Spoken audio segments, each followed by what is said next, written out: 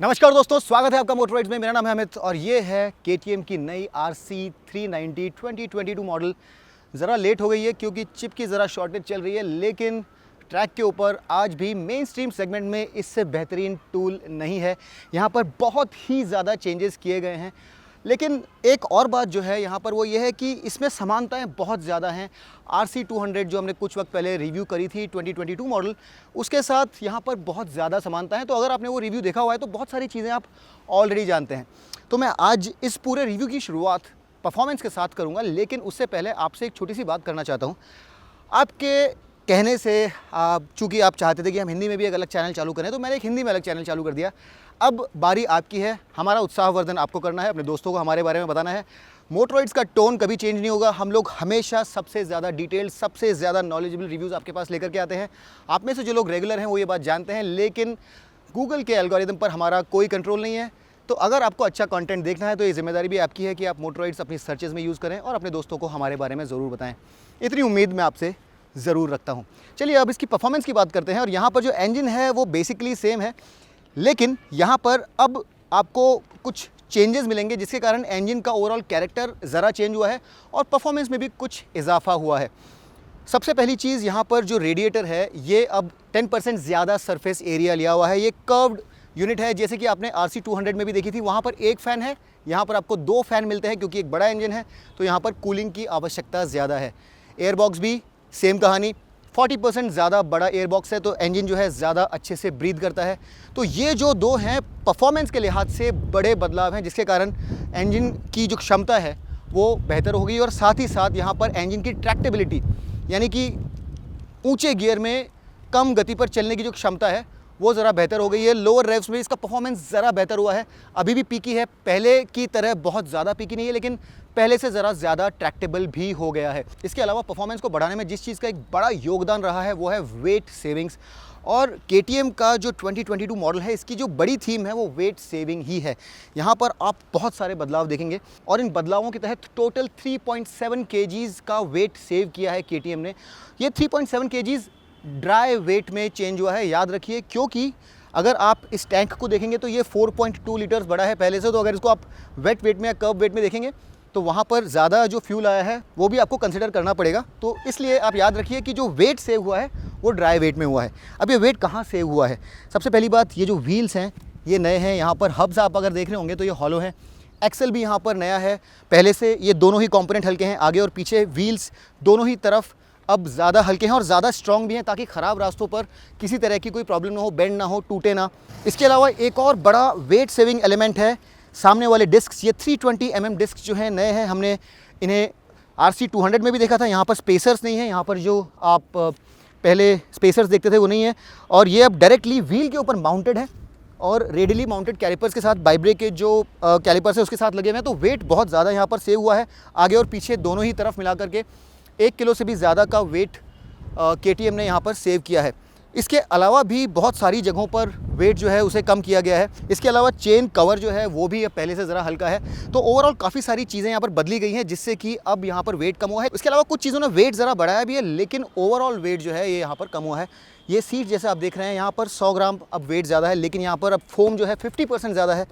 ये सीट्स ज़्यादा कंफर्टेबल हैं, आपको एक ज़्यादा सुविधाजनक बैठने की जगह प्रदान करती हैं। अगर आप रेस ट्रैक पर हैं तो आपको मूवमेंट के लिए ज़्यादा वाइड एक स्पेस देती हैं और आप मूव भी ज़्यादा अच्छे से कर सकते हैं। ये सीट पहले से कहीं ज़्यादा बेहतर है।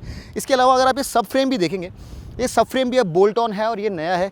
कारण यहाँ पर जैसा आप देख रहे हैं, ये नेवी ब्लू मैट कलर जो है 2 टोन, इसके अलावा दूसरा कलर जो है वो ब्लैक है और वहाँ पर आपको ऑरेंज स्ट्राइपिंग मिलती है। ये पैनल वहाँ पर ब्लैक है, कुछ अलग दिखता है यहाँ से, लेकिन ये जो कलर है ज़रा खास लगता है देखने में। तो यहाँ पर आपको ये सब फ्रेम जो है ये ऑरेंज नज़र आ रहा होगा, वहाँ पर ये सब फ्रेम ब्लैक है। तो आप इसे अपनी मर्ज़ी के मुताबिक कलर कर सकते हैं। इसके अलावा as a replacement part cost ज़रा कम हो जाती है, पूरा जो फ्रेम है इसे चेंज करने के बजाय, और कंपनी के लिए भी लॉजिस्टिक्स यानी कि ट्रांसपोर्टेशन ज़रा ईजी पड़ जाता है। तो ये सारे रीज़न है, लेकिन ओवरऑल ये फ्रेम भी जो है अब यहाँ पर नया है। काफ़ी सारे बदलाव यहाँ पे किए गए हैं। सस्पेंशन जो है ये भी अब यहाँ पर ज़्यादा ट्रैवल लिए हुए है, आगे और पीछे दोनों तरफ। आगे 10 mm ज़्यादा ट्रैवल है और पीछे 17 mm ज़्यादा ट्रैवल है। तो जो एक कंफर्ट से रिलेटेड, हार्श राइड से रिलेटेड जो आपकी इशू थी वो भी काफ़ी हद तक सॉल्व करने की कोशिश की गई है। बहरहाल मैं ये कहना चाह रहा था कि यहाँ पर जो वेट कम हुआ है उससे भी इसके परफॉर्मेंस में इजाफा हुआ है। अब जो इजाफा ये हुआ है ये किस हद तक हुआ है, इसके एक्सेलरेशन टाइम्स जो ऑफिशियल हैं उसमें सिग्निफिकेंट डिफरेंस है। अगर इसका 0 to 60 kilometres per hour sprint time आप देखेंगे तो वो 3.2 सेकंड से घट के 2.7 सेकंड्स हो गया है, जो कि 1.5 सेकंड्स का इजाफा है। इसके अलावा अगर आप 0 to 100 किलोमीटर्स पर आवर का टाइम देखेंगे तो 7.1 सेकंड से घट के 6.3 सेकंड्स रह गया है, जो कि 0.8 सेकंड्स का इजाफा है। तो यानी कि अगर आप देखने जाएँ तो परफॉर्मेंस में काफ़ी इंप्रूवमेंट हुआ है। और ये जो चेंज है ये इस इंजन की ज़्यादा ब्रीदेबिलिटी, ज़्यादा बेटर कूलिंग और इसके साथ ही साथ जो यहाँ पर टॉर्क में इजाफा हुआ है 1 न्यूटन मीटर्स का, उसके कारण है। तो अगर आप पावर की बात करें तो पावर पहले जितनी ही है 43.5 PS की पीक पावर 10,000 RPM पर, लेकिन जो पीक टॉर्क है यहाँ पर ये है अब 37 न्यूटन मीटर्स, नॉट 36। तो वो यहाँ पर इम्प्रूव हुआ है और ये गाड़ी अपने सेगमेंट की सबसे बेहतरीन ओवरऑल परफॉर्मेंस आपको देती है। अब परफॉर्मेंस से रिलेटेड ही एक और चीज़ जो आप शायद जानना चाहते होंगे वो ये है कि ये गाड़ी क्रूज़ किस RPM पर करती है। तो अगर आप 6000 RPM पर चल रहे हैं तो आपको 6th गियर में 100 किलोमीटर्स पर आवर की स्पीड दिखेगी। अगर आप 7000 RPM पर हैं तो आपको 120 किलोमीटर्स पर आवर की स्पीड दिखेगी। और अगर आप 8000 RPM पर पहुंचते हैं तो वहाँ पर आपको 136 किलोमीटर्स पर आवर की स्पीड दिखेगी। 8000 RPM पर भी आपके पास 2500 RPM अभी बाकी हैं। तो ये मोटरसाइकिल एक्चुअली अगर आपके पास एक अच्छा स्ट्रेच है तो अबाउट 135-140 पर आपको स्टेडली क्रूज़ करवा सकती है, और शायद उससे ज़्यादा भी, बिकॉज काफ़ी केपेबल मोटरसाइकिल है। टॉप स्पीड यहाँ पर 165 है स्पीडो इंडिकेटेड। तो अगर आप तेज़ जाना चाहते हैं और अगर आपको लॉ ये अलाउ करता है तो ये गाड़ी आपको काफ़ी तेज़ी से क्रूज़ करने में मदद कर सकती है। अब कुछ छोटी बातें जो हमेशा आप जानना चाहते हैं उनके बारे में कुछ बात कर लेते हैं। और यहाँ पर हम लोग पहले बात करते हैं कि हर गियर में ये गाड़ी कहाँ तक जाती है। तो टॉप स्पीड इस गाड़ी की आज मैंने नोटिस करी, ये बजाज का जो बैक स्ट्रेट है बहुत ही लंबा है और यहाँ पर 1 सेकंड के लिए मैंने 165 तक की टॉप स्पीड देखी, जो कि एक बहुत ही अच्छी टॉप स्पीड है और ड्यूक से ज़रा बेहतर है। लेकिन हर गियर में अगर आप स्पीड की बात करें तो 3rd गियर में 99 kilometres per hour, 4th gear में 125 kilometres per hour, 5th gear में 154 किलोमीटर्स पर आवर और 6th गियर में जैसा मैंने आपको बताया 165 किलोमीटर्स पर आवर की स्पीड आपको यहाँ पे मिलती है, जो कि टॉप स्पीड भी है। इसे अगर मैं ड्यूक से कंपेयर करूँ तो मुझे लगता है कि यहाँ पर जो मुझे स्पीड्स 3rd और 4th गियर्स में मिली ये ज़रा कम थी, क्योंकि वहाँ पर मुझे 103 और 130 किलोमीटर्स पर आवर की टॉप स्पीड्स 3rd और 4th गियर्स में मिली। इसके अलावा एक बड़ी बात जो KTM कह रहा है वो ये है कि यहाँ पर ट्रैक्टेबिलिटी यानी कि हायर गियर्स में लोअर स्पीड्स पर आपकी गाड़ी किस तरह से चलती है उसमें इंप्रूवमेंट हुआ है। जैसे पहले आपको गियर्स लो करने पड़ते थे, उसमें ज़रा इजाफा हुआ है। तो मेरा यहाँ पर जो व्यू पॉइंट है वो ये है कि डेफिनेटली थोड़ा इंप्रूवमेंट हुआ है, लेकिन अभी भी कुछ और गाड़ियाँ जो इस सेगमेंट में हैं, जैसे कि TVS अपाचे RR 310 की बात करें तो वहाँ पर ट्रैक्टेबिलिटी यहाँ से ज़्यादा बेहतर है। अगर आप 6th गियर की बात करें तो आपको इस मोटरसाइकिल को 60 किलोमीटर्स पर आवर के ऊपर रखना होगा। 5th गियर में आपको इसे 50 किलोमीटर्स पर आवर के ऊपर रखना होगा और 4th गियर में आपको इसे 36 किलोमीटर्स पर आवर के ऊपर रखना होगा। बेसिकली आपको इस गाड़ी को लगभग 3,500 के ऊपर ही रखना होता है, अदरवाइज़ यहाँ पर आपको स्प्लटरिंग की ज़रा आवाज़ आती है। और इसका कैरेक्टर कुछ ऐसा है कि 3,500 RPM के बाद जब आप 5,000 RPM के पार जाते हैं तब ये इंजन काफ़ी स्मूथ लगने लगता है। जो एक हल्की सी स्प्लटरिंग है, जो एक इस इंजन का पीकी नेचर है, उसे ये ओवरकम करती है।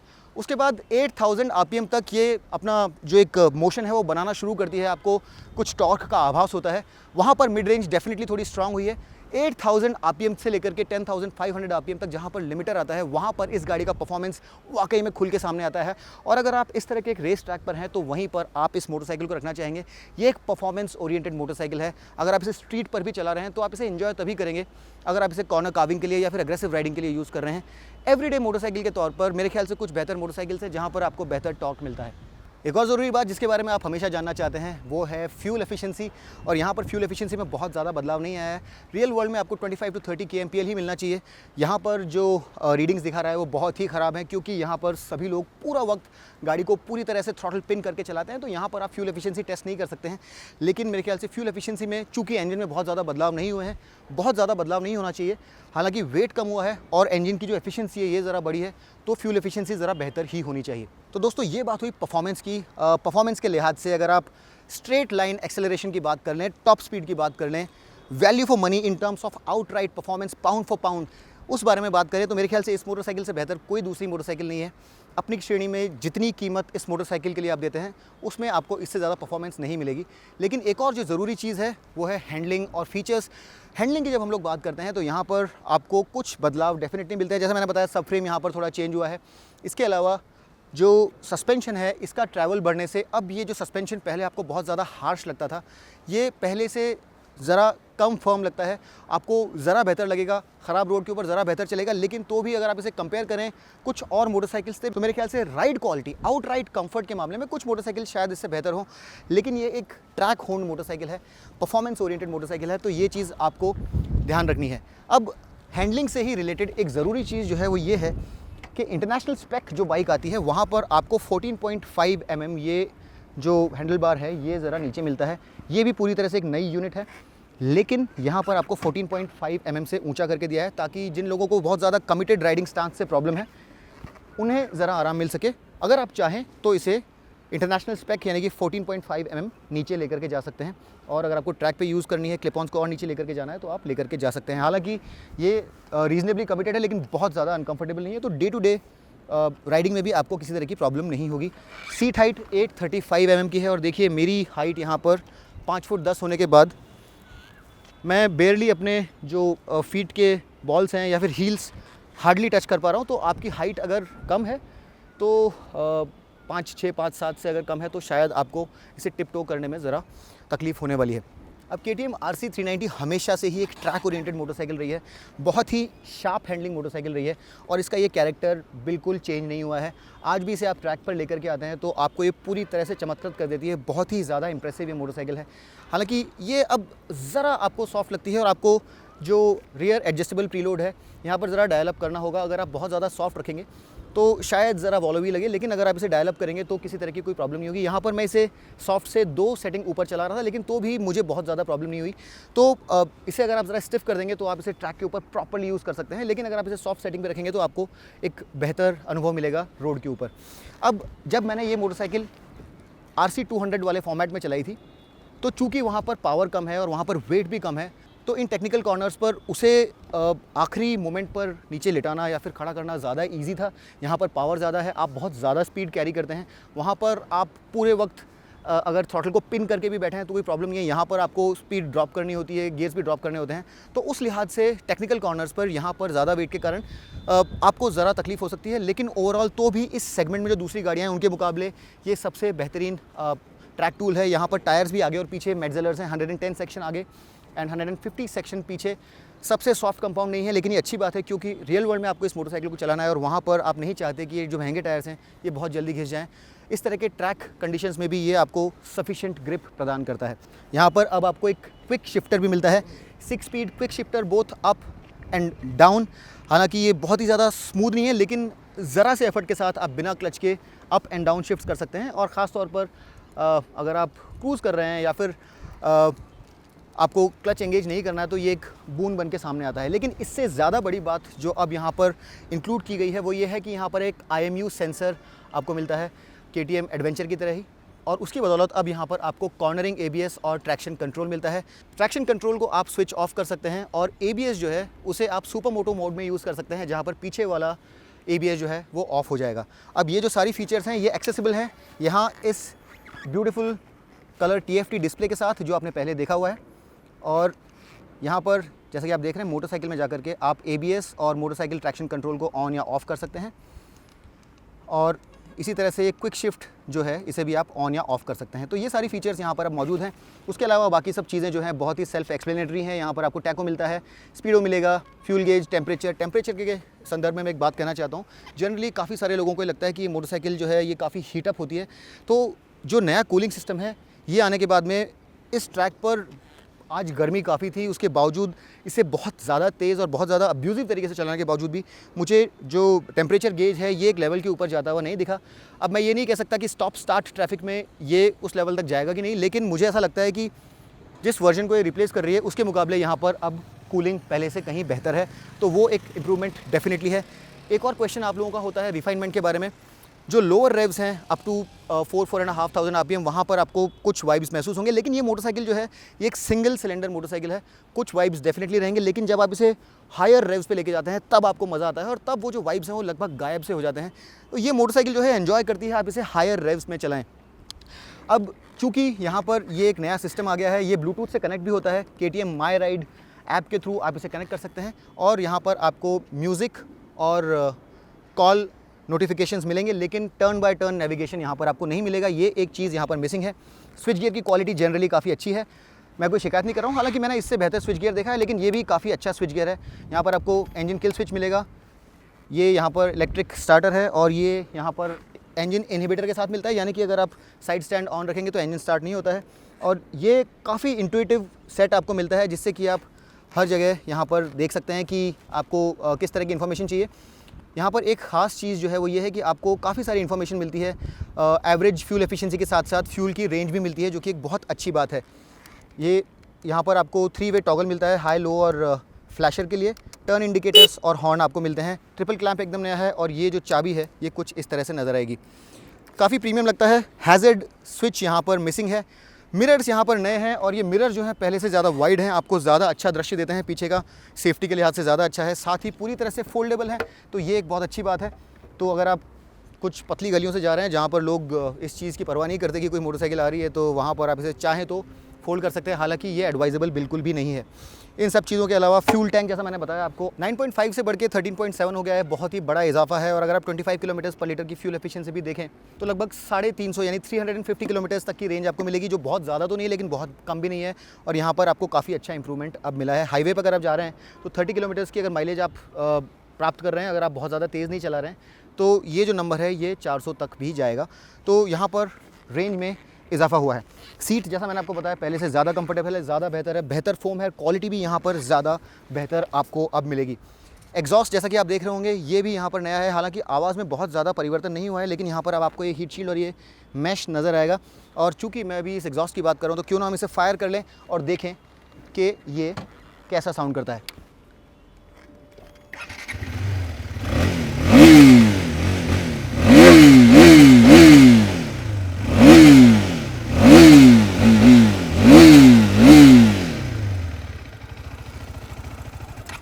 अब ये सबसे ज़्यादा बेहतरीन साउंडिंग तो नहीं है, लेकिन मेरे ख्याल से काफ़ी अच्छा साउंड करता है। पिलियन सीट, जैसा आप जानते हैं, RC 390 में कभी भी बहुत ज़्यादा पिलियन फ्रेंडली नहीं रही है, लेकिन ये सीट जो है ये शॉर्ट डिस्टेंसेस के लिए ठीक है। हालांकि यहाँ पर ये नया ग्रैब रेल दिया गया है, जो ज़्यादा स्टाइलिश लगता है और साथ ही ज़्यादा फंक्शनल भी है। यहाँ पर आपको अपने फिंगर स्लाइड करने में ज़्यादा आसानी होती है। यहाँ पर एक और जो बहुत अच्छी चीज़ है वो ये है कि अब आपको आगे पीछे सब जगह इवन ब्लिंकर्स LED लाइट्स के तौर पे मिलते हैं। और लाइट्स की मैं बात कर रहा हूँ तो एक बहुत ही कंट्रोवर्शियल टॉपिक जो है उस पर भी बात कर लेते हैं। ये जो नई हेडलाइट है और ये नया जो काउल है, ये बहुत सारे लोगों को पसंद नहीं आया। उन्हें बहुत ही बबली और बहुत ज़्यादा फैला हुआ लगता है। पुरानी वाली मोटरसाइकिल उन्हें ज़्यादा शार्प लगती थी। कहीं कहीं मुझे भी ऐसा लगता है कि पुरानी मोटरसाइकिल ज़्यादा शार्प थी, लेकिन ये जो फ्लाई स्क्रीन है, इसके कारण इस मोटरसाइकिल के परफॉर्मेंस में कुछ इजाफा हुआ है, एफिशिएंसी में कुछ इजाफा हुआ है। ये विंड टनल टेस्टेड काउल है और आधारित है RC16 पर, जो कि MotoGP मोटरसाइकिल है। तो ये एक ज़्यादा रेस मोटरसाइकिल जैसी लगती है। हालांकि अगर आप इसे प्योरली एस्थेटिक टर्म्स में देखें तो शायद पुरानी मोटरसाइकिल आपको ज़्यादा बेहतर लगेगी। अंदर आपको ये KTM की ब्रांडिंग के साथ ऑरेंज लाइनिंग मिलती है, और ये हेक्सागोनल पैटर्न भी आपको इस ट्रांसपेरेंट स्क्रीन के ऊपर मिलता है। LED लाइट, साथ ही यहाँ पर ये DRLs नज़र आ रहे होंगे, और ब्लिंकर्स आपको यहाँ पर इंटीग्रेटेड मिलेंगे। ब्रेक्स यहाँ पर बहुत ही ज़बरदस्त हैं, और मेरे ख्याल से इस सेगमेंट में जितनी भी मोटरसाइकिल्स हैं उनमें ये सबसे बेहतरीन ब्रेक्स में से एक हैं। इस ट्रैक के ऊपर आपको ब्रेकिंग अच्छी चाहिए। टायर्स और ब्रेक दोनों ही बेहतरीन परफॉर्म करते हैं यहाँ पर, और आप आखिरी मोमेंट पर जाकर के भी लास्ट मिनट पर ब्रेक कर सकते हैं। ब्रेक का फील बहुत अच्छा है। एडजस्टेबल ब्रेक लेवर और क्लच लेवर आपको मिलता है। साथ ही यहाँ पर आपको जो क्लच एक्शन है वो भी काफ़ी स्मूथ और काफ़ी लाइट मिलता है। इन सब चीज़ों के कारण यहाँ पर आपको एक एडवांटेज मिलता है कि आप इस मोटरसाइकिल को बहुत ही फास्ट लेकर के जा सकते हैं, लास्ट मोमेंट पे ब्रेक कर सकते हैं, और इस तरह की ब्रेकिंग आपको जनरली दूसरी मोटरसाइकिल्स में नहीं मिलेगी। यहाँ पर आपको स्लिपर क्लच भी मिलता है, जो कि आपको हेल्प करता है लास्ट मिनट पे गियर्स डाउन शिफ्ट करने में, और जो व्हील्स हैं वो पीछे लॉक नहीं होते। यहाँ पर ये फेंडर भी कुछ अलग है। 43 mm डाया वाले जो अपसाइड डाउन फोक्स हैं, ये एपेक्स वाले हैं, ज़्यादा प्रीमियम क्वालिटी और हमेशा की तरह बहुत ही उम्दा है। इंजन को फीड करने के लिए यहाँ पर अब ज़्यादा अच्छी चैनलिंग है, जिससे कि इंजन ज़्यादा अच्छे से कूल हो सके। और साथ ही ये जो पूरा पैनल देख रहे हैं, ये आप पूरी तरह से चेंज किया गया है। ये कलर यहाँ पर नेवी ब्लू विद मैट नया है। दूसरा जो कॉन्ट्रास्टिंग कलर मिलेगा वो आपको ऑरेंज के साथ ब्लैक मिलेगा। वहाँ पर ये लाइनिंग जो है ये आपको ऑरेंज में मिलेगी, बीच में ब्लैक कलर मिलेगा, और ये आपकी चॉइस है कि आपको कौन सा कलर अच्छा लगता है। यहाँ पर ये आपको 2 बबल जैसे पार्ट्स भी मिलते हैं। स्टाइलिंग के बारे में आपका क्या सोचना है, आप मुझे बताइए, मुझे आपके कमेंट्स का इंतज़ार रहेगा। ग्राउंड क्लियरेंस की अगर आप बात करें तो यहाँ पर आप 153 के ग्राउंड क्लियरेंस के साथ इस मोटरसाइकिल को वेल पेव्ड रोड्स यानी प्रॉपर रोड से ज़्यादा बाहर नहीं लेकर के जा सकते हैं। सॉफ्ट रोडिंग ये मोटरसाइकिल नहीं कर पाएगी। अगर आप इसे ज़रा भी ऑफ रोड लेकर के जाएंगे तो आपको बहुत ही केयरफुल रहना पड़ेगा। वो नीचे वाला जो काउल है वो शायद टच हो जाए और हो सकता है टूट भी जाए। पीछे आपको हगर मिलता है जिससे कि पानी स्प्लैश ना हो। और ओवरऑल इसकी स्टाइलिंग अभी भी बहुत रेसी है। यहाँ पर फीचर्स अब आपको ज़्यादा मिल गए हैं, जैसा मैंने बताया बहुत सारे इलेक्ट्रॉनिक फंक्शंस मिल गए हैं, cornering, ABS, traction control, IMU sensor और साथ ही कनेक्टेड टेक भी अब आपको यहाँ पर मिल गया है।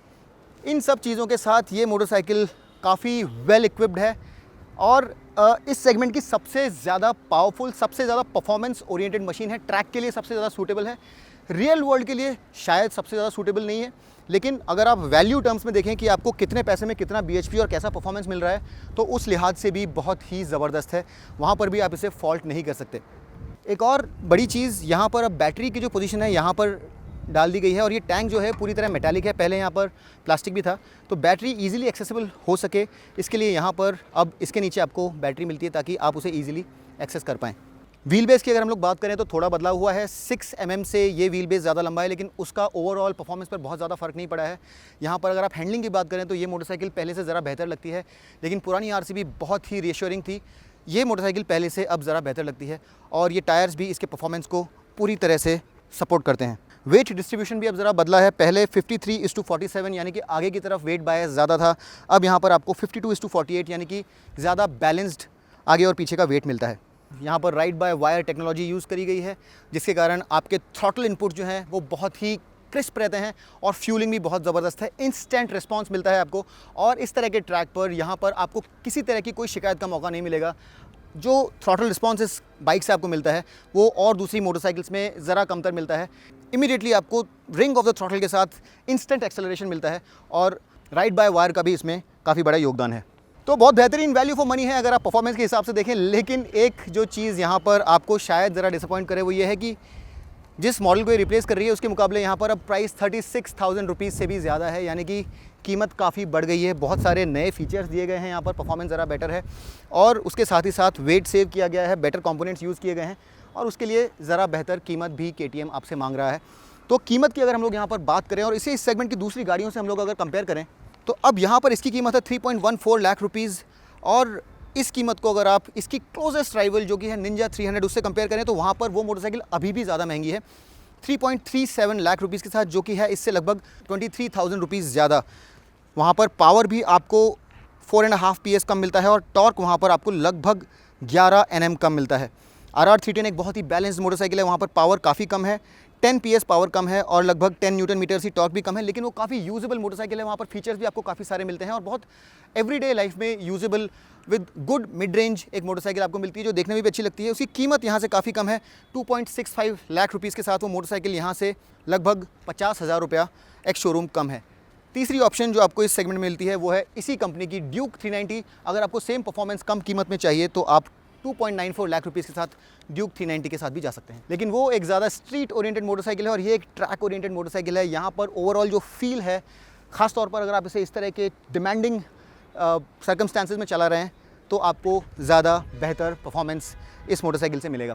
ओवरऑल आज भी ये मोटरसाइकिल अनमैच्ड है परफॉर्मेंस के मामले में और अगर आप कॉर्नर कार्विंग या फिर बहुत तेज़ चलाने के शौकीन हैं, कॉर्नर्स पर मोटरसाइकिल को पूरी तरह से उसकी लिमिट तक ले जाने के शौकीन हैं, तो ये मोटरसाइकिल अभी भी आपको बेस्ट वैल्यू देती है। काफ़ी पीकी है, मिड में अभी भी मेरे ख्याल से और बेहतर हो सकती है, लेकिन वो इसका कैरेक्टर है, हमेशा से ही वैसा रहा है। एक रेस होन मोटरसाइकिल होने के कारण इसका इंजन उस तरीके से ट्यून्ड है और उसका आप जनरली इस तरह की मोटरसाइकिल्स में कुछ नहीं कर सकते। Performance oriented race track based motorcycle generally peaky ही होती हैं, फिर भी अपने सेगमेंट में मेरे ख्याल से आज भी ये मोटरसाइकिल काफ़ी अच्छी वैल्यू रिप्रेजेंट करती है। तो दोस्तों ये था नई 2022 RC 390 का बड़ा ही डिटेल्ड रिव्यू। मैं बहुत मेहनत करता हूँ कि इस तरह के लंबे हर एक एस्पेक्ट को कवर करने वाले वीडियोस आपके सामने लेकर के आऊँ और आपसे मेरी एक ही गुजारिश रहती है कि अगर आपको ये वीडियोस पसंद आते हैं तो आप शांत ना बैठें, आप अपने दोस्तों को बताएं कि अच्छा कंटेंट क्या होता है। मुझे जो आजकल इंस्टाग्राम के ऊपर नाटक चल रहा है वो सब नहीं करना आता है। मैं एक जर्नलिस्ट हूँ और मेरा जो मन करता है वो ये करता है कि मैं आपको हर गाड़ी के बारे में टेक्निकली सबसे साउंड इन्फॉर्मेशन दूँ। तो अगर आपको इस तरह का कंटेंट पसंद है तो ज़रूर हमें लाइक कीजिए, अपने दोस्तों को हमारे बारे में बताइए और अच्छे कंटेंट की कद्र करते हुए हम जैसे लोगों को आगे बढ़ने का मौका दीजिए। अगली बार तक के लिए मैं आपका दोस्त अमित आपसे विदा लेता हूँ। तब तक के लिए rev hard, rev free and ride safe.